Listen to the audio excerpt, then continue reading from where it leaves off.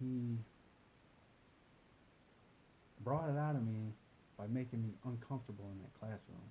Mm-hmm. My last day, they did a coin out, and he goes, "We're gonna try something on Dustin here. Why don't you sit in the middle of the room so everybody has A something hot to seat. say?" I'm like, "Really?" He's like, "Yeah." So sitting there, uncomfortable. Everybody's saying what they have to say, everything positive, the whole spiels. Good luck. You The got old this, but pink cloud and yeah, everything's gonna be all right, yeah. and you're a superhero now. And I never say you got this because none of us got any of You don't this. want to let your guard down. No. And I hated CJ when I first got there. I absolutely hated him. And now I have a lot of respect for him. And he's a good person, along with a lot of I other think people in that there. goes along with a lot of people, that are working in treatment facilities. You'll start off, when you're all messed up or whatever. You don't want to listen to the things they have to say. You don't, Don't want to abide by their rules. Yeah, Yeah. and by the end of it, everything's clicking, and you see what's going on, and how Yeah. it needs to be the way it is, and why everything is why it is, and yeah. It was cool. Yeah. CJ and Anna. Out of all people, who I thought Anna was like this hard ass woman. I had got caught going into a certain girl's room, and they put me on a behavioral, said we couldn't talk, give hugs or anything. So I'm pissed off. Mhm. I'm like, I'm not even going for the speaker meeting on Friday. I just went outside in the smoking tent. I don't smoke. I'm just sitting in there. And out of all people, Anna walked all the way outside, all the way over there, and talked to me. After we were done talking, I just sat there and went back inside and sat with space in between this person. And then Christmas comes. And the only people that have ever given me anything was family. Mhm. Everything else has been taken. There's been a few good friends that have given, and but I'm sitting in there with, I can't remember if it was Jamie or Barb, and they go, Anna wants to see you, and I'm like, huh? Okay. So I go in there, and she's got her old Christmas get up on and stuff, and she goes, "That bag's for you." I'm like, "For what?" She goes, "It's your Christmas present from me and Jamie." And that's her wife. And I was like, "What?" So now I'm getting emotional. I'm trying to suck it up in there. And I open it up, and she gives me a hoodie and a hat and some deodorant and soap and a daily planner, a pen, a nice pen, and lip balm and stuff like that. And then I open up the daily planner, and it goes, "Because you deserve it." When I read that, I couldn't hold it in anymore. I had to go to my room. Yeah. That was very thoughtful. Have you been writing in your daily planner? Yes. It's always good to Yeah. It's the stuff Kinda I'm just now getting going on. write down and keep your emotions on track and kind of reflect on things. Yeah. Very helpful. Yeah. But I can tell you right now, even though Bear River's going through its changes and people don't agree with them and this whole co-ed thing, which I don't even care about now. I did because I was in there with a woman and I didn't want to be segregated. But I kind of understand it now. Uh, and everybody that works there or has worked there, I can tell you right now, they're not there for the money.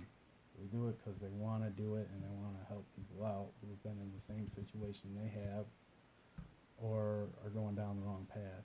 Mhm. And it's nice to have people teaching you or helping you that have been through the same thing, not just somebody that's like an engineer. I said this in class. They engineer a mold and it doesn't work, or you got to figure out how to cut it, and it's almost impossible. They've been through it. They know what works, and they know how to talk to you, Yeah, which is nice. they've felt everything you felt and gone through the things. They're Yeah. not just somebody who read it in a book and says, okay, this is how it goes and how it should be and what Yeah. they got to do. Yeah. But the people I met in there, the addicts, the people in recovery. I mean, you get a few strange birds in there, but the people I did meet, because I keep my circle tight, the people I did meet and told stuff to, I could trust. And even though things didn't work out between me and this other person, I had a lot of respect for her, and I don't hate on her at all. And she has her own path to go down, and I understand it. And I think I'm out of words. That was, and here we are now today. Yeah. Excellent. And that is the first time I've ever told any of that without crying. Which is weird. Glad I didn't have to give you a hug. Yeah, me too, because we're all alone in this room with the mood lights. Might get a little weird in here real quick. Pepe Le Pew's probably watching. Recording. No, it's a very traumatic experience.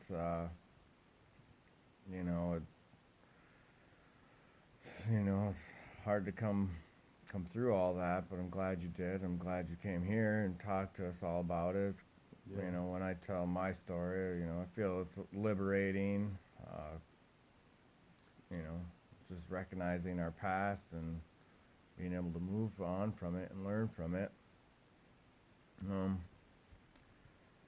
So your whole rehab romance, you still ended out as good friends, so that's Yeah. always a good ending to.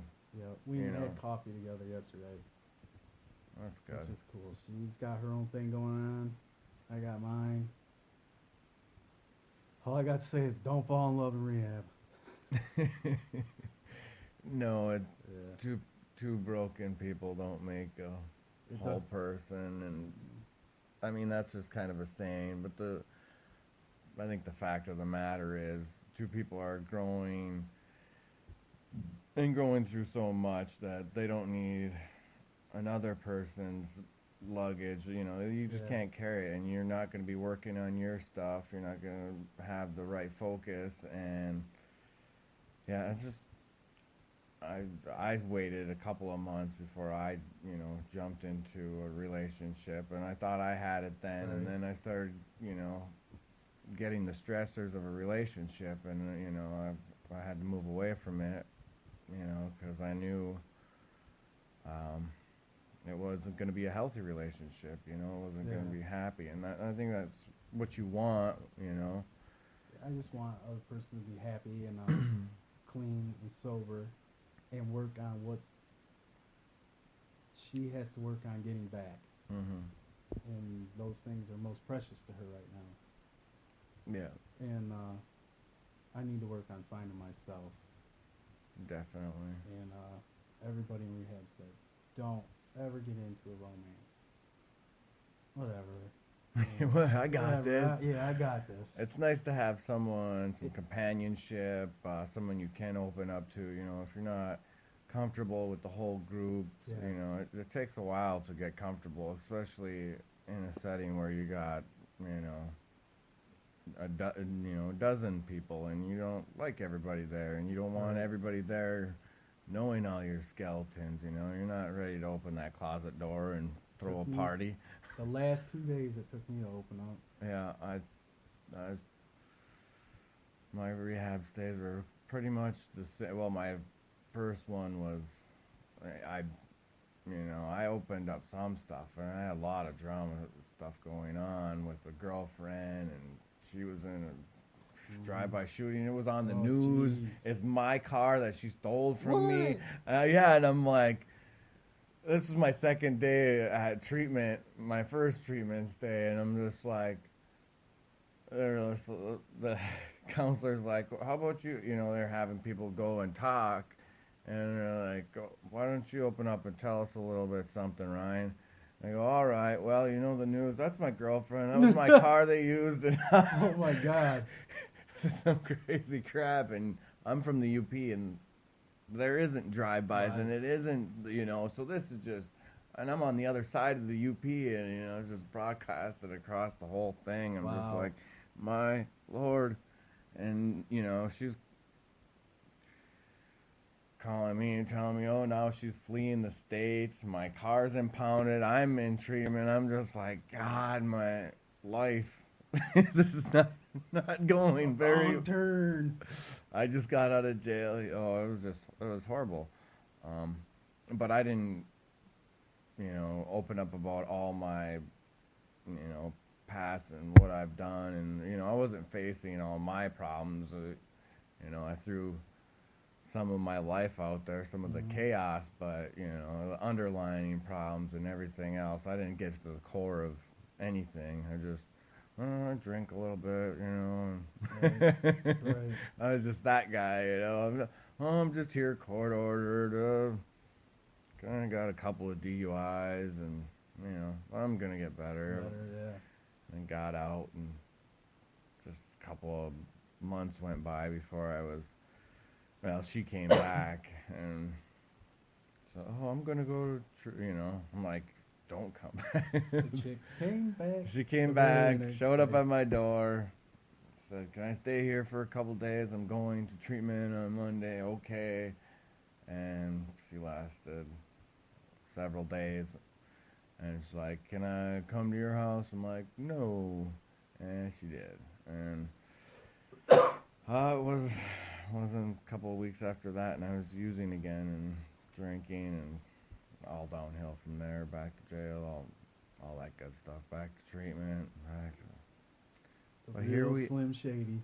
real Slim Shady. Yeah, there's some groundbreaking stuff going on. Holy cow. But yeah, you have to get down to the belly of the beast and figure out. Fun either.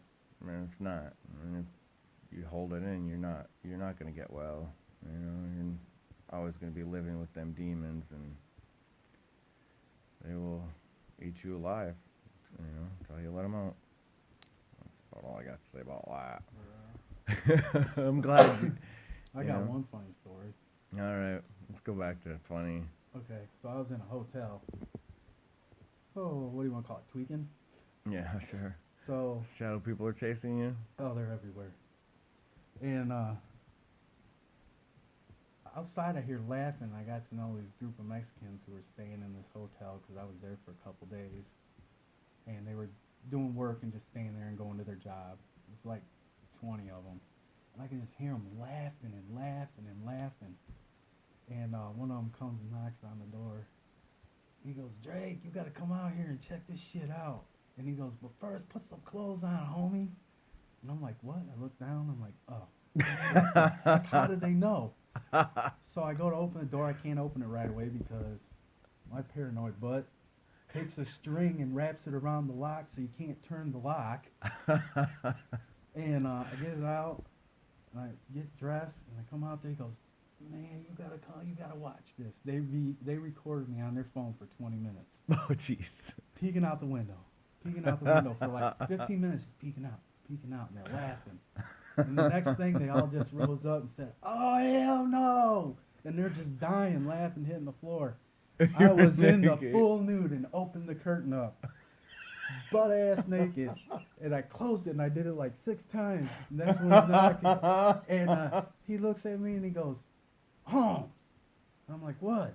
He goes, what is that in your pee-pee? And I said, that's my piercing. And he goes, you white people are crazy.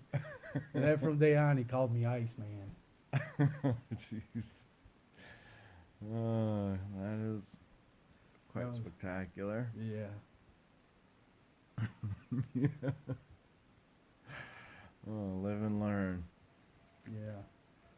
Paranoia will destroy you. Oh, my here's God. the alarm's going off. It's Corey. Who set the cameras off? 10:30 at night. This is when Corey tells scary stories. One time I was at the fire, and Scuzzlebutt came out. Oh, he was a dirty, dirty man. He had celery for a piece of leg. It's old South Park movie. Oh, sorry, Corey. Stealing your thunder. But, yeah, I think we had a lot of good things tonight. I